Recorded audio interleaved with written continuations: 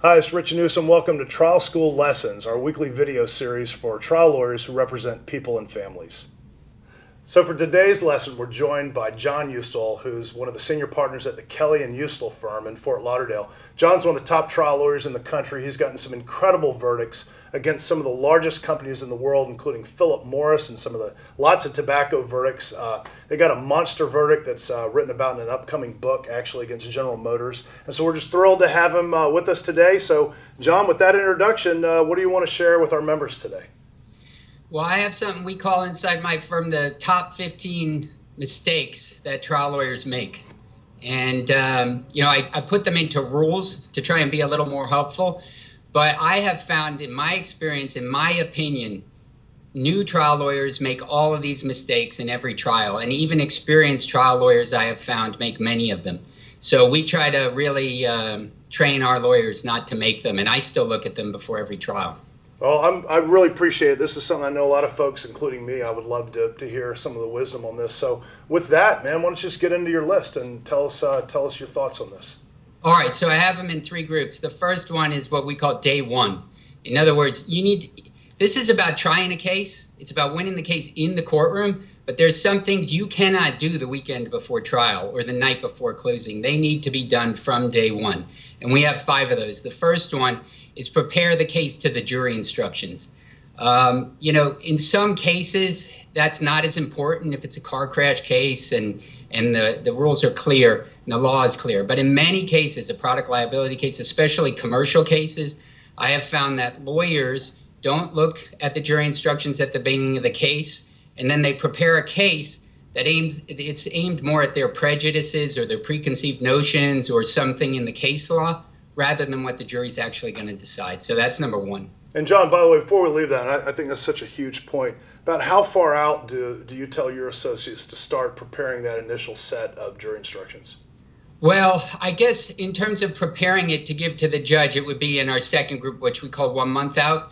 But I'm suggesting that the day the case comes in, you need to know what you are going to face in the courtroom. What do you have to prove? So I'm saying on day one, you don't need to get it in the form to submit to the judge, but you need to know what you're doing. I mean, I'll give you an example. We had a trade secret case, and there's a lot of case law on trade secrets. And the lawyers just by nature get wrapped up in what this case law says or what the judge is going to do or summary judgment. And it's easy to forget about that the jury is going to make this decision based on a different set of instructions. And so that's what you need to be doing and thinking about in every deposition and everything you do to prepare the case from day one. All right, man. Keep going. This is great. All right. So second is develop and evolve your rules of the road early. As everyone knows we owe an amazing debt to Rick Friedman for thinking of this. And Patrick and again, Malone. In some cases, rules of the road are more important than others. The whole genius of rules of the road is to try to take a complex case like a complex product liability or medical negligence case and turn it into something that is simple enough to be easily conveyed and understood, like a car crash case. So if you have a car crash case, the rules of the road are simple. You're not allowed to run a red light. But in more complicated cases, you need to develop some ideas on what they might be early. And then in every deposition, every time something happens, every new bit of evidence, every time you talk to your expert, those rules need to evolve. So they will be far different by the time you start trial. But if you don't start with something in mind and start evolving it, then you're in a major disadvantage. I have seen, or other firms have sometimes called me for advice the week before trial, and it's kind of too late. I mean, it's certainly better than nothing to prepare them in the weeks before trial. But in my opinion, you've wasted your most powerful ability, your most powerful weapon to structure the case in a way that's favorable to the plaintiff by not honing those rules and evolving them all throughout the case. All right, man. What's next? We call this find lay witnesses and paint them pink. I think it was Rick Friedman, too, who talks about the importance of the lay witnesses. And he talks about it in the context, I think, of, a difficult case where the defense is accusing the plaintiff of malingering. But this is really in every single case, and this bleeds into another rule about how well you need to know your client, which we'll get to in a minute. But in terms of finding lay witnesses, in any case, any injury case or death case, the damages need to be a major part of your presentation. And to do that, you need to find lay witnesses. We used to call them before and after witnesses. But you need people, and it doesn't have to be close friends or family members. In fact, if it's more remote people, like a checkout person at the grocery store who recognizes the plaintiff, or someone they see occasionally, an ex-coworker, these are people who don't have any skin in the game. The jury gives them credibility. But it takes a lot of time and effort to find them. Usually your plaintiff gives you a few names. It's difficult to really convince them of how wide you have to go on this. It's not going to happen if you rely on the plaintiff. You have to do it yourself. You have to find these people, and then you have to interview them until you find the stories that you need for trial. And that's why the second part of this is we call paint them pink. So the rule is find awesome lay witnesses and paint them pink. Paint them pink is based on a study that was done a long time ago about, they did a bunch of focus groups, and let's see if I can remember this. They did the exact same evidence to multiple focus groups, and it was a written evidence. So there was no room for error in presentation. And in one group, they just added one sentence. So the first sentence that was in both sets was the pickup truck or the garbage truck was painted gray. And that was an issue because the visibility of the truck at dusk was an issue. And so the fact that the truck was gray was incredibly important to the case. But in the second group, they had that same sentence, the truck was painted gray, and they added another sentence that was essentially the tow truck, the garbage truck company owner said, "What do you want? I should paint them pink?" And obviously that's a little more memorable. So it turns out the rate that the plaintiffs won increased substantially just by adding that sentence, which didn't change the evidence at all. And if the decision was delayed from instead of doing it immediately after the presentation of evidence, but it was delayed to the next day or later, then the difference in the plaintiff winning or losing was even higher. And the reason was because they remembered that the trucks were gray because of that sentence. What do you want? I should paint them pink? So when we say paint them pink in my firm, we mean you have to find you may want to show that the plaintiff is horribly injured and it affects his life because he's in pain. Well, you can just say he's in pain. You can have someone come and say, look, I saw him, he's in pain. Or you can have them tell a story that's vivid, that's memorable, and as we say, paint them pink. So that is a lot of work that is way too late to do, even 6 months before trial. You got to be working on this. You got to be finding them. You got to find the witnesses. You got to interview them. In my experience, for every 30 people you find, you'll find one that you can really find a vivid story that you paint pink. So, you got to start that on day one. Dude, that's awesome. I mean, it's like anytime I listen to one of these videos, if I can pull out one thing that I know I will take home, that's it. So phenomenal. Everything's great so far. Keep going, man. This is a great. All right. So I read this is called Know Your Client Like the Best Friend You Would Ask to Speak at Your Funeral. When I first started trying cases, I think most cases were presented in a way that, and this is not derogatory towards a plaintiff, obviously, it's derogatory toward the plaintiff lawyer, that they would present what I came to call the generic dead person case. In other words, the things they said about that person who had died would apply to every person who's ever died, or almost everyone. That's not a case. You didn't do your work. And, that might have worked 20 years ago. It doesn't work today. You need to know your client much better than that, or the family of your client, so you can present the true loss in detail, again, painting it pink. So know your client like the best friend you would ask to speak at your funeral, because in a way, that person's family has trusted you to speak for them, and you are the last person to speak for the decedent. Jerry Spence always says on that point that you've got to learn to love your client. You got to spend time in their house. You got to take them to dinner. You've got to get to know them personally. And so sounds like, that's something obviously Jerry finds is very important that he teaches at the Trial Lawyers College that is in lockstep with that last rule. Yeah, I've never been to Trial Lawyer College, but obviously I know what a genius Jerry Spence was. And the way he says it, there's another point that you might overlook, but there's another point of genius in it that I didn't really mention, which is that you can't have too many cases if you're going to do that. Right? If he's spending all that time with his clients, he's got less cases. If you want to work up a case right, you got to have less cases. Right. Agreed. All right, man. Keep going. What next? All right. So the last one that in the day one group is practice the skills and know the law for voir dire in the jurisdiction you're in.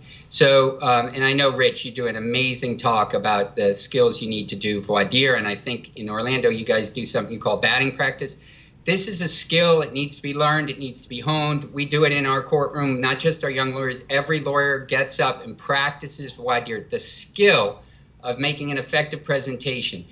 When you're in other jurisdictions around the country, you got to know the law, and you always got to know that skill. So if you haven't practiced voir dire outside of your trials, you need to start tomorrow. Agreed. And then obviously you need to know the law of what you're allowed to do and what you need to find out in order to have a juror stricken for cause. John, on that, we at trial school, we have a memorandum that we suggest all lawyers, if you're going to march in there and pick a jury, you need to file a memorandum, a detailed memorandum of the cause challenges and all the other aspects of that are going to apply to your jury selection when you're at that charge conference or when you're at the bench with the judge. That's great. I'm going to add that right now to our list in our firm. It's 16 now because that's got to be done 1 month out, right? You can't do that on day one. Yeah. You need to educate your judge. I think in Florida, most judges are more educated than they were 5 years ago since Bob Kelley and Keith Mitnick and you, Rich, have been educating them on this. But still, a lot of judges aren't. And most judges... And I understand why. They have too many cases and they have an interest in efficiency. But I would say that most judges have an interest in efficiency that sometimes can be taken too far. That's unfair to the litigants. And so they are not going to help you exercise those rights. You are going to have to fight to preserve your right in that regard. Right. All right, man. What you got next? All right. So 1 month out, I just added file a motion with your judge on the law of voir dire and start educating them. Secondly, then I would say have video depositions in the can, cut to the bone, and then some. So there's two parts of that. First, you need to have some video depositions taken that you can use at trial. It's not as common anymore, but it used to be common, at least in South Florida, at least in Fort Lauderdale, for judges to say, who's your next witness? Oh, I don't have anyone. Can we break till tomorrow? No. Call someone or you rest. So you must have some video just in case you're in that situation that you can play. But the more important thing, and in most cases, you're going to need to present some evidence by video. And the most important thing to do 1 month out at the latest is get those transcripts, cut those depositions to the bone. So important. And then more. Yeah. Every time I cut it to the bone, I make myself read it again 3 days later just to find more stuff to cut because videos are boring. They go on way too long. Juries don't listen. The best video deposition I ever played was 10 in a row right after opening that were 3 to 4 minutes long each. That was it. Wow. And the reason I got away with that was because the defense had never responded to my designations because I did it a month out. And then, they objected, but the judge said, you didn't respond, play yours in your case. Boom. We had 3-minute depositions. I think that case was over 30 minutes after opening. It's phenomenal. Nice.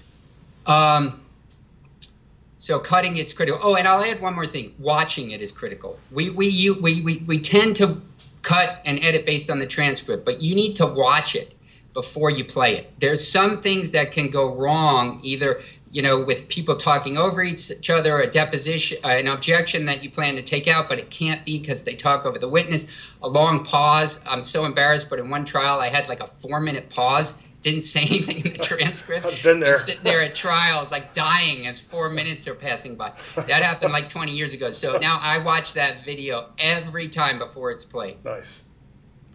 All right.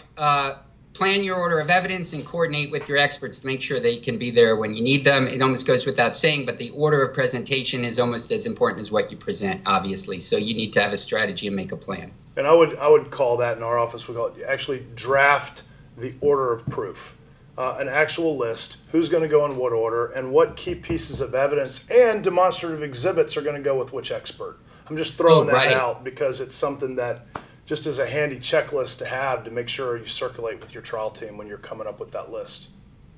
Yeah, I like that. And, that's also another point I should probably add to ours, which is if you do it your way, you make sure you have a prima facie case, which, I've never lost on that. But every time, the judge says, do you rest? I have a pit in my stomach before I say yes. Like, what did I forget? So if you have a checklist of your prima facie evidence to make sure you can defeat a directive verdict, then you check it off. So I like that. Yeah. All right. Keep going. It's great. There was something else you said that reminded me of something. The order of evidence. Demonstrative exhibits, maybe?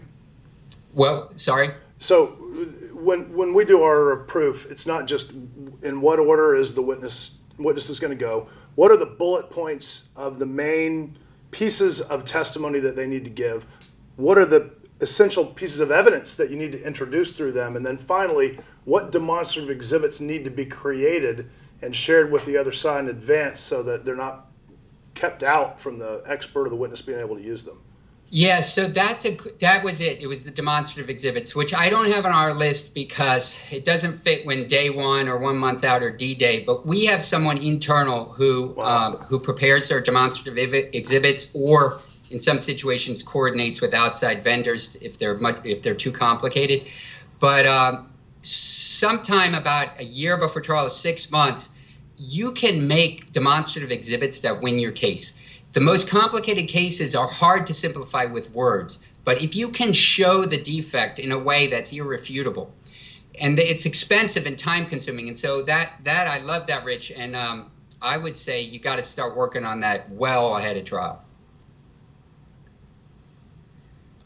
So what's your next mistake that a lot of folks make? So I've seen this recently. I didn't used to see it in the old days, but you need to serve subpoenas on your witnesses and plan on calling records custodians.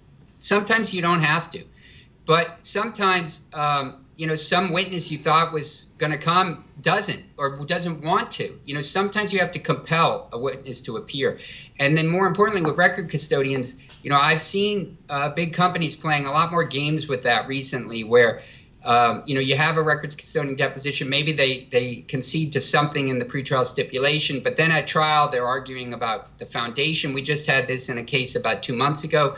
They're arguing an exhibit that it wasn't authentic, right? Which isn't the same thing as a hearsay. But if you have the records custodian under subpoena, you bring them in and they can testify to the things about authenticity. So you need to spend the money to put your witnesses under subpoena.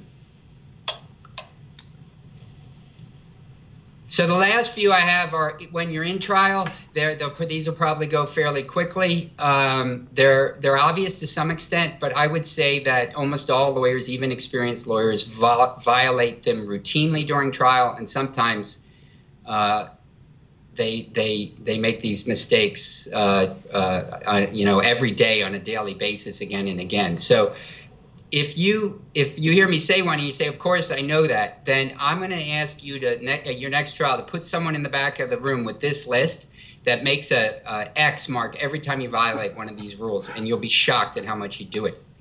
Probably. I believe it. Listen, we could all get better. So having someone, a third, this came about, the reason I started to realize how much these mistakes were is that we now have a court TV feed in my office, so in the whole office, it plays throughout the office. Every time we're in trial, which is most of the year someone's in trial, we can watch that trial on our computers or on the monitors around the office. And I start to say, wow, what? He knows better than that. What's he doing? And, it would be the same for me. So having someone in there to say, hey, stop, you did this too much, is really valuable. And the older we get, the less we think we got great verdicts behind us. We've had success in cases that people said were impossible. And so we don't want to hear anyone telling us how to get better. And that's a mistake. So the first one is look at the jury, not your notes. Sometimes when I was a young lawyer, my partner, Bob Kelley, did this to me. right before an opening, he took my notes and threw them away. That was the best thing anyone ever did for me. Your notes are better off in the garbage. I'm not saying you don't make them. I'm not saying you don't stay up all night honing every word of what you plan to say. Right. But then you have to forget about it, because you're in the trial is a living thing. And when you have to take into account what the defense did. Did they just object, or did they stand up and get up and move over and, close to the jury to pretend that they're looking at an exhibit? Did the judge roll his eyes? Is the jury with you? Are they getting bored? So there's no way to plan that, and you must live the trial, be alive in it and listening. And the notes are just a crutch. If you have them, you'll look at them. So I suggest you don't take them with you after you make them. Leave them on your desk when you get up to the podium, and then don't even stay near the podium. If you're at the podium, you're likely making a mistake, depending on whether the judge will let you move from it. But if they're at your desk, maybe that'll make you feel comfortable enough that you could always walk back to the table and get them without actually having them with you. So nice. That's very important. Be comfortable with silence. I don't know why it seems like a human thing to just be uncomfortable when you're standing in a group of people and there's silence. Like I said in that deposition I didn't watch before I played it 20 years ago, it was 4 minutes of silence is agonizing. And there was nothing I could do, and it was inappropriate silence. But when a witness says an answer and you take 3, 4, 5, 10 seconds to think about it before you go on, that's not inappropriate. When you pause in the middle of your opening or closing for 10 seconds, it seems like an agonizing amount of time. You have to practice being comfortable with it, but there's nothing inappropriate about it. In fact, it draws the jury back in. It does. That's amazing. Great point. I even do that sometimes. I tend to try to rush into the silence, even though I know better, but unfortunately I do it. We all do. Yeah, but so it's worth practicing. It's hard to practice, though. Except in trial, but at least you can tell yourself, I'm comfortable, I'm okay. Right. Listen to the witness. These are all related, these three. Look at the jury, not your notes. Be comfortable with silence and listen to the witness. I can't tell you how many times I see lawyers. Usually, most of the people I see in trial are my opponents, the counsel for the defense. And, several times I breathe a sigh of relief when they look at their notes and don't follow up on a question, or don't really listen to what a witness said. We do it on our side too, and it's a major mistake. I've seen trials won. You never know why a jury does what it does, but I've seen devastating moments based on an attorney listening to the answer, pausing, thinking it through, and then changing their whole cross-examination based on that answer. Great point. Don't be afraid to object. We didn't used to have to say that, but something has happened, I think, with lawyers, especially younger lawyers, being uncomfortable objecting. I like the idea of the jury thinking that we have nothing to hide and we don't object, like the defense. So I'm not saying make inappropriate objections, but there are some objections you need to make. You need to make them forcefully and in front of the judge and in front of the jury. All right. There's 2 left. Don't be afraid to educate the judge, if necessary, in front of the jury. This takes some experience, but the judges want to do the right thing uniformly. I've never had a judge who wanted to violate the law or wanted to be unfair to one party or the other. But it's impossible for a judge to make split-second decisions and know the vast breadth of the law in a moment's notice. And sometimes they make a wrong ruling quickly, or you're doing them a favor by coming back to that and educating them. As best to do it, obviously, not in front of the jury. But some great judges don't really provide room for you to do it in front of the jury. You either are going to do something about it in the middle of your closing, right after they said something, or you're never going to be able to bring it up. Right. So you have to do it. I've found that in the end, judges respect and appreciate that. Yes, I think they do. All right, last one, and it's kind of a summary of all these trial day rules. Try the case in the courtroom, not the case in the file. It's my biggest criticism of trial lawyers for plaintiffs and defense. They think they know what the case is. They know it based on all their experience in working up the case, but the jury only sees what unfolds in front of their eyes in the courtroom. To them, the case is very different, and you need to keep in mind, what is the jury seeing? What is the evidence in front of them, and react accordingly. If you've got a script of how the trial is going to go, well, you're making a big mistake. You know, I think that last point is just, I think of all the mistakes that I have seen, it's that sort of, it's following the outline, following the script that lawyers just need to get comfortable not having to rely upon. Just to, like you said, to try the case in the courtroom, to be able to react to what a witness says or a new piece of evidence or a ruling by the court, and to be comfortable doing that. That's huge. That's huge. Yeah, I'll tell you a quick story, and you know, you're going to say, well, that's obvious, I would never do this, but I would suggest we do it all the time in smaller ways. We had a trial where I had something under subpoena, and I didn't get it before trial, but I had a subpoena for it to be brought to trial. And the witness came with the document, and the document was amazingly good for us. So I used it for the rest of the trial. The defense never mentioned it. It wasn't in their script. I went through, I think, well, they must be waiting for closing. They must have some great response. Nothing. Right. That jury deliberated for about 12 minutes. In fact, the judge let the court TV videographer leave to go to the bathroom, and then he wouldn't wait for him to come back. So the verdict was read before he got back. It was the quickest verdict I ever had. And the only thing the jury did was go through the evidence, pull out that piece of paper, read it. And when we got the evidence back, everything was in a rubber band except that one piece of paper they had pulled out that the defense never even mentioned. That's awesome. That's awesome. Well, John, thank you so much, man, for being here. I really appreciate these. I know that our members are going to really want to hear this. We're going to hopefully have the list attached to YouTube so that if folks want to see the John Uustal Top 15 Mistakes list, they can download it. Thanks again, John, for our members. We hope to have you with us again next week. Subscribe to our channel and join Trial School if you're a lawyer who represents just people and families. Thanks again for joining us. Sounds good, Rich. Thank you. Thanks, John.